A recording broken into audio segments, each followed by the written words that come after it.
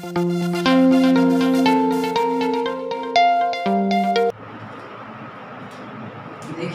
अब हम स्टार्ट करते हैं एक्सरसाइज 4.5।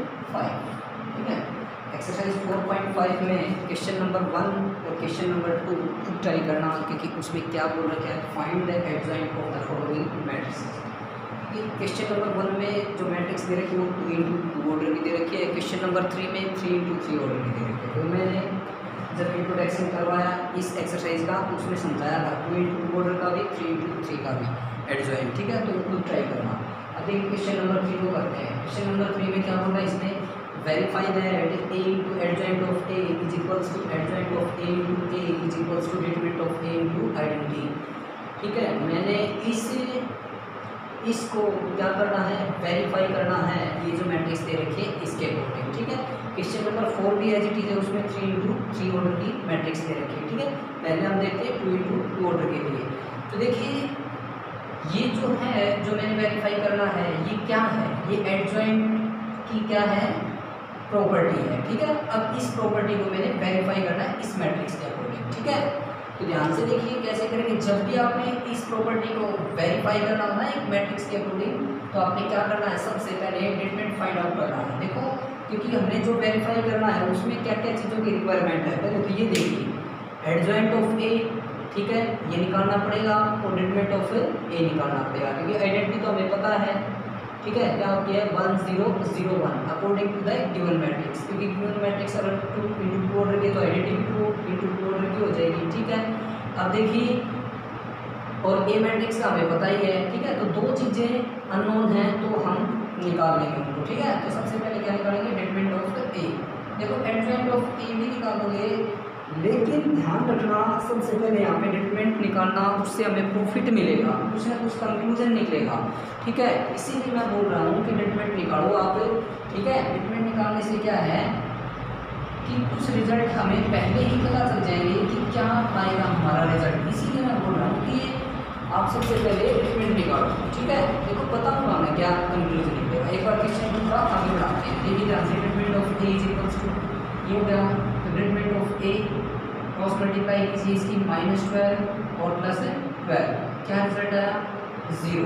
ठीक है, is equals to 0। Determinant of A आ गया। अब निकालते हैं एडजॉइंट ऑफ ए। उसके लिए हमने क्या निकालना पड़ेगा, कोफैक्टर्स फाइंड आउट करने पड़ेंगे।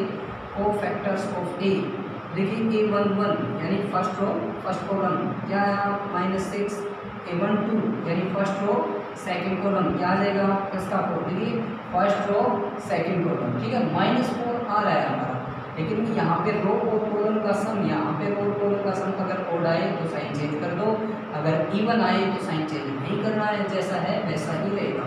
ठीक है, तो 821 निकालिए आप, सेकंड रो फर्स्ट कॉलम क्या आ जाएगा -3।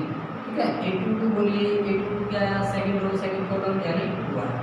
तो देखिए adjoint of A is equals to -6 4 -3 2। अब इसका क्या कर देंगे, ट्रांसपोज, तो ये हमारे पास क्या आ जाएगा, एडजॉइंट ऑफ ए आ जाएगा -6 4 -3 2। ये ट्रांसपोज क्या होता है, रो की आपने कॉलम बना। ठीक है, ये आ गया हमारे पास एडजॉइंट ऑफ ए। अब जिसको वेरीफाई करना है इसमें 3 पार्ट है, फर्स्ट सेकंड थर्ड, तो हम फर्स्ट पार्ट को लेके चलते हैं। ठीक है, taking first part, first part को लेके चलते हैं। तो फर्स्ट पार्ट क्या है, ए इंटू एडजॉइंट ऑफ ए। ठीक है, अब देखिए ए मैट्रिक्स क्या थे हमारे पास 2 3 -4 -6। ठीक है, और एडजॉइंट ऑफ ए क्या था -6 -3 4 और 2। इसकी मल्टीप्लाई कीजिए, देखिए क्या आएगा -12 और +12, -6 +6 +का 24 -का 20 +का 12 -का क्या 0। देखो मुझे पहले ही पता चल जाता, अगर मान लो मैं इसकी मल्टीप्लाई नहीं करता तो मुझे पहले ही पता चल जाता कि क्या रिजल्ट आएगा, क्योंकि देखो जो डिटरमिनेंट निकालोगे ना आप स्टार्टिंग में ही, वही बताएगा हमें कि एडजॉइंट ऑफ ए इंटू ए या ए इंटू एडजॉइंट ऑफ ए की जो मल्टीप्लिकेशन है वो क्या आएगी। इसी वजह से मैं बता रहा हूँ आपको कि डिटरमिनेंट ऑफ ए सबसे पहले निकालिए, क्योंकि ये इससे क्या है, हमें यहाँ पे जब इसकी इसकी मल्टीप्लाई करेंगे एडजॉइंट ऑफ ए के साथ में, तब जो रिजल्ट निकलने वाला है वो हमें पता चल जाएगा। क्योंकि एक बात बताइए, अगर आप मान लो आपने एडजॉइंट ऑफ ए पहले नहीं निकाला होता, अगर आपने ये निकाला होता, ठीक है, और यहाँ पे 0 0 ना बन के आपका 1 2, ठीक है, 0 1 ऐसा कुछ रिजल्ट आ जाता, तो क्या हो जाता, फिर सारा गलत हो जाता और बाद में आप निकालते डिटरमिनेंट ऑफ ए, है ना। तो इस वजह से बता रहा हूँ मैं कि सबसे पहले आप डिटरमिनेंट निकालोगे, क्योंकि डिटरमिनेंट से हमें पता चल जाएगा कि यहाँ पे रिजल्ट क्या आएगा, उनकी मल्टीप्लाई। अब देखिए ये रिजल्ट आ गया।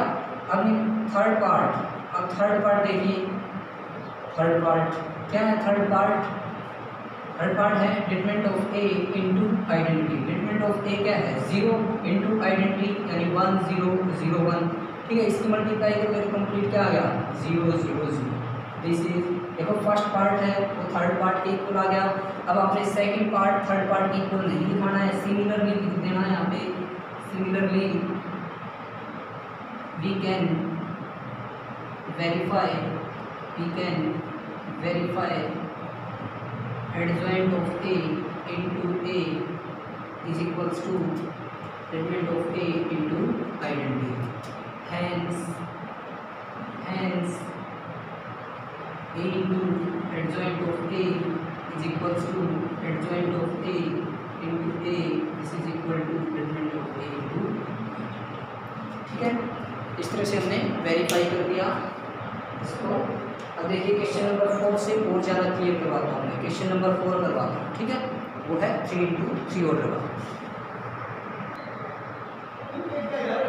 अब देखिए क्वेश्चन नंबर 4 है जो कि 3 into 3 ऑर्डर का है, वहीं यही प्रॉपर्टी को हमने वेरीफाई करना है, बट अब की बार 3 into 3 ऑर्डर की है।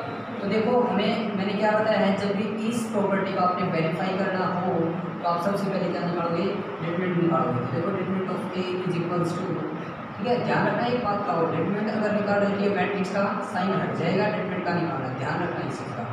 1 -1 2 3 0 -2 1 0 3, ठीक है। अब कोई भी रो या कॉलम एक्सपेंड कर देंगे 3 into 3 ऑर्डर का डिटरमिनेंट निकालने के लिए, कोई भी रो या कॉलम एक्सपेंड करने के लिए आपने एक्सपेंडिंग बाय R1, ये हमने देखो सीख चुके हैं हम 3 into 3 ऑर्डर का डिटरमिनेंट कैसे निकालते हैं, ठीक है, आप देख सकते हो प्रीवियस क्लासेस में, ठीक है। देखिए R1 का एक्सपेंड किया तो प्लस माइनस प्लस ऐसे लेना, तो पहला एलिमेंट प्लस, ठीक है, ये रो चली जाएगी, यानी इस एलिमेंट के साथ में जो रो और कॉलम होंगे वो कैंसिल हो जाएंगे, ये रो गई ये कॉलम गई, ठीक है। इसके साथ में मल्टीप्लाई करेंगे 0, इसके साथ में मल्टीप्लाई करेंगे 0, तो देखिए ध्यान से, ये रो जाएगी ये कॉलम जाएगी, ये 4 एलिमेंट बच जाएंगे, फिर ये जो डिटरमिनेंट बचेगा वो 2 ऑर्डर का बच जाएगा, और 2 into 2 ऑर्डर का डिटरमिनेंट कैसे निकालते हैं भाई, क्रॉस मल्टीप्लाई से, ठीक है। अब ये देखिए तो रूल का माइनस है, ये 2 माइनस है तो माइनस माइनस प्लस 1 हो जाएगा, ये कॉलम चली जाएगी ये रो चली जाएगी, इसके साथ में मल्टीप्लाई करेंगे तो 9, इसके साथ में मल्टीप्लाई करेंगे प्लस का 2 हो जाएगा, ठीक है। नेक्स्ट वन प्लस का 2, ठीक है, ये रो कॉलम चली जाएगी ये रो चली जाएगी, इसके साथ में मल्टीप्लाई करेंगे यानी 0 -0, ठीक है। तो देखिए determinant of A is equals to क्या है, 9 + 2 क्या हो गया 11, और ये 0 गया ये 0 गया, इसका कोई फायदा नहीं है, ठीक है। तो देखिए ध्यान से determinant of A is equals to क्या आ गया 11। अब हमें किस चीज़ की जरूरत है, एडजॉइंट ऑफ ए की, उसके लिए हम क्या करेंगे, कोफैक्टर्स फाइंड आउट करेंगे, कोफैक्टर्स ऑफ ए, ठीक है। पहले 3 कोफैक्टर तो आप यहाँ से भी ले सकते हो, ठीक है, टाइम सेव हो जाएगा, लेकिन ध्यान रखना देखो जैसे R1 का एक्सपेंड किया तो ये 3 कोफैक्टर कौन से बनेंगे, A11 A12 और A13, ठीक है, क्योंकि देखो ये 1 है वो कौन सा एलिमेंट है, और ये A11 है, ठीक है। ये जो 1 है यानी ये -1 जो लिया था मैंने, ये माइनस प्लस हो गया था, ठीक है। तो ये जो -1 है ये कौन सा एलिमेंट था, A12 था, तो इसलिए A12 कोफैक्टर बनेगा। इसी तरह से ये 2 है ये A13 एलिमेंट था, तो ये A13 कोफैक्टर बनेगा। लेकिन एक बात का ध्यान रखना, ये जो बाहर लिखा हुआ है इसको कैलकुलेट नहीं करना है, सिर्फ आपने इसको अंदर वाले को सिंप्लीफाई करके लिखना है यहाँ पे। तो देखिए A11 क्या आ गया हमारे पास 0, ठीक है, A12 11, क्योंकि यहाँ पे रोड कॉलम का सम अगर ओड है तो साइन चेंज कर देंगे, A13 0, इससे क्या होगा टाइम सेव हो जाएगा, क्योंकि ऊपर हमें ये चीज़ निकाल चुके हैं, ठीक है। A21 देखिए सेकेंड रो, ठीक है, फर्स्ट कॉलम -3 A0, ठीक है, +3 हो जाएगा, A2 2 A2 2, second row second column 3 -2 1 हो गया, A2 3, second row third column 0 + 1 यानी -1 हो जाएगा, ठीक है। A3 1, third row first column plus का 2 0 हो जाएगा, ठीक है। देखिए एक बार बता देखिए ध्यान से, third row first column plus का 2 0, तो कितना आएगा यहाँ पे 2 आएगा भाई, ठीक है। A3 2, third row second column minus का 2 माइनस का 6 माइनस का 8 प्लस का 1 हो जाएगा, ठीक है। A3 3, this is the last one, third row third column 0 plus का 3, ठीक है। ये क्या आ गया हमारे पास, adjoint of A, this is equal to, ये को फैक्टर आ गई तो मैट्रिक्स में लगाएंगे 0 -11 0 और फिर है 3 1 -1, फिर है 2 और फिर है 8, फिर है 7, इसका क्या कर देंगे, देखिए इसका ट्रांसपोज कीजिए, इसका ट्रांसपोज करेंगे तो देखो क्या आएगा 0 -11 0, ठीक है, 3 1 -1 2 8 7, ठीक है। अब देखते हैं टेकिंग फर्स्ट पार्ट, जिसको वेरीफाई करना है, टेकिंग फर्स्ट पार्ट, इसका फर्स्ट पार्ट ले लेते हैं। देखिए फर्स्ट पार्ट क्या है, A × एडजॉइंट ऑफ A, तो A क्या है हमारे पास 1 -1 2, ठीक है, 3 0 -2, ठीक है, फिर क्या है 1 0 3, ठीक है।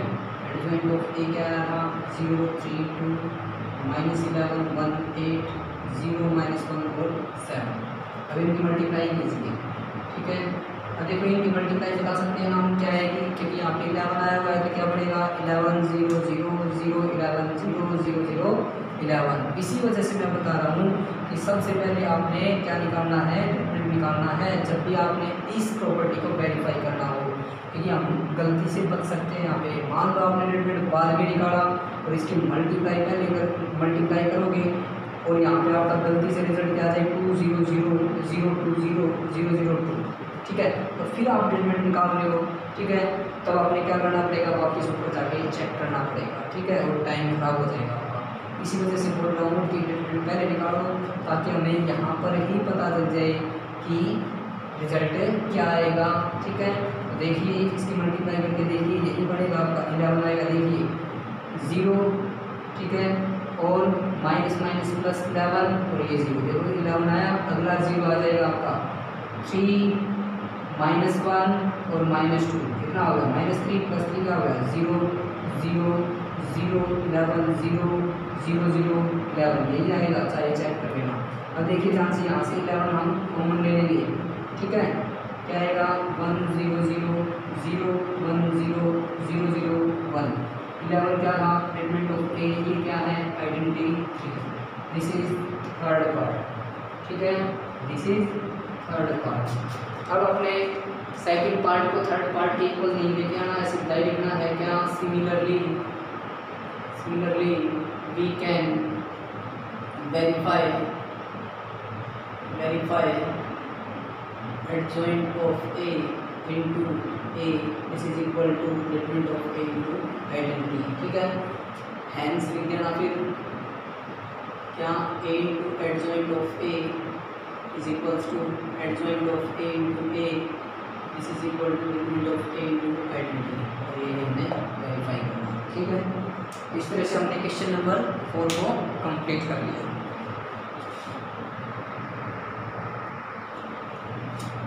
देखिए अब हमने क्वेश्चन नंबर 4 तक कंप्लीट कर लिया था, ठीक है। अब क्वेश्चन नंबर 5 से लेकर 11 तक क्या बोल रखा है, find the inverse of each of the following matrices. मतलब क्वेश्चन नंबर 5 से लेकर क्वेश्चन नंबर 11 तक हमें मैट्रिक्स दे रखी हैं, ठीक है, उनका क्या निकालना है, इनवर्स निकालना है, ठीक है।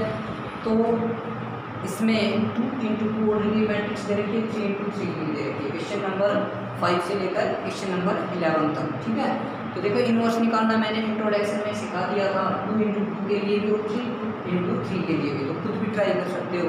कंप्लीट है क्वेश्चन नंबर 5 से लेकर 11 तक, बट मैंने क्वेश्चन नंबर 11 समझा देता हूँ क्योंकि इसमें थोड़ा सा ट्रिग्नोमेट्री आ गया, कई बार स्टूडेंट्स ट्रिग्नोमेट्री को देख के घबरा जाते हैं, तो कुछ नहीं है, बिल्कुल ईजी है, जिस तरीके से मैंने बताया था उसी तरीके से ही करेंगे। देखो ध्यान से, अब देखो मैंने क्या बताया था, 3 मेथड होते हैं इनवर्स फाइंड आउट करने के, ठीक है। एक तो एलिमेंट्री रो ट्रांसफॉर्मेशन, एक डायरेक्ट मेथड, एक कैले हैमिल्टन प्रोसेस। तो अब इनमें से कौन सा लगेगा? सीधा डायरेक्ट बोलो क्या, फाइंड द इनवर्स, ठीक है, तो डायरेक्ट मेथड लग जाएगा। अगर इसने बोला find the inverse by using the elementary row transformation method, तब एलिमेंट्री रो ट्रांसफॉर्मेशन मेथड लगता। अगर इसने ये बोला था if this matrix and show that और सेटिस्फाइज द इक्वेशन, फिर लिखता कि फाइंड ए इनवर्स, तब कैले हैमिल्टन प्रोसेस करता। तो ध्यान रखना तीनों मेथड्स के वर्किंग, ठीक है। तो अब हम डायरेक्ट मेथड अप्लाई करेंगे, जो कि क्या है, A inverse is equals to क्या भाई, 1 by determinant of A into adjoint of A, ये फॉर्मूला होता है, ठीक है। तो सारी बात जो डिपेंड करती है ए इनवर्स की, वो किस पे, डिटरमिनेंट पे डिपेंड करती है, क्योंकि determinant of A does not equal to 0, it means given matrix non singular होगी, तभी हम उस मैट्रिक्स का इनवर्स फाइंड आउट कर सकते हैं, ठीक है। तो हम क्या करेंगे, इनवर्स फाइंड आउट करेंगे सबसे पहले, इनवर्स का डिटरमिनेंट फाइंड आउट करेंगे, ठीक है। तो determinant of A is equals to 1 0 0 0 0 cos alpha sin alpha minus cos alpha, ठीक है। और हम क्या करते हैं, एक्सपेंड कर देते हैं R1 को, एक्सपेंडिंग बाय R1 को मैंने एक्सपेंड किया, तो देखिए क्या है 1, ठीक है।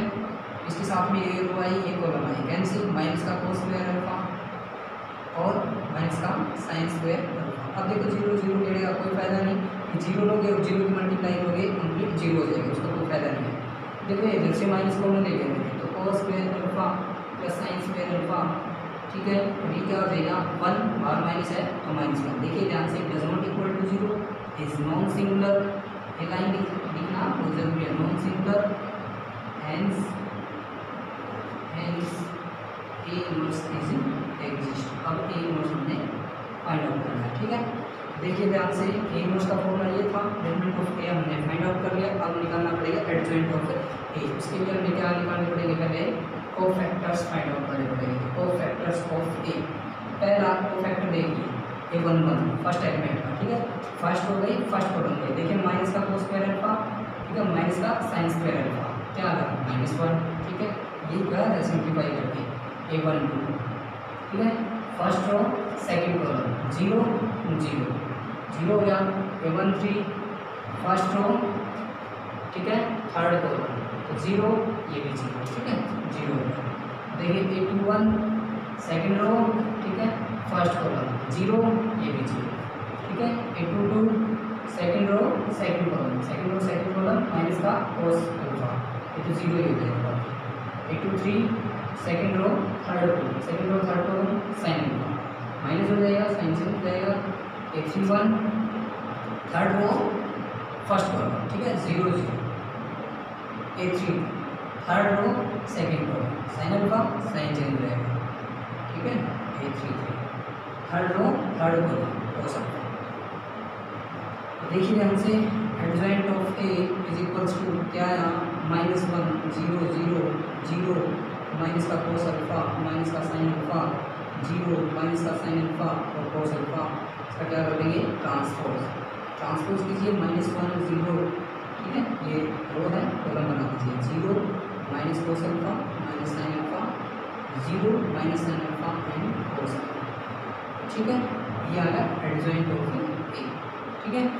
निकालना क्या था, inverse of A inverse is equal to क्या आ जाएगा 1 बाई डिटरमिनेंट ऑफ ए, तो क्या है 1 अपॉन यानी -1, ठीक है। -1 0 0 0 माइनस cos अल्फा माइनस का sin अल्फा 0 माइनस का sin alpha and cos alpha, ठीक है।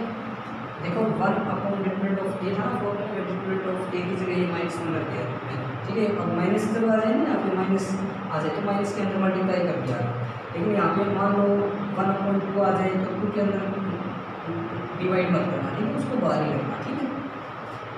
क्योंकि अगर कर भी दोगे तो गलत नहीं होगा, वो सही होगा, लेकिन ये ठीक रहता है, अच्छा दिखता है, बोलते ना अच्छा दिखता है, ठीक है।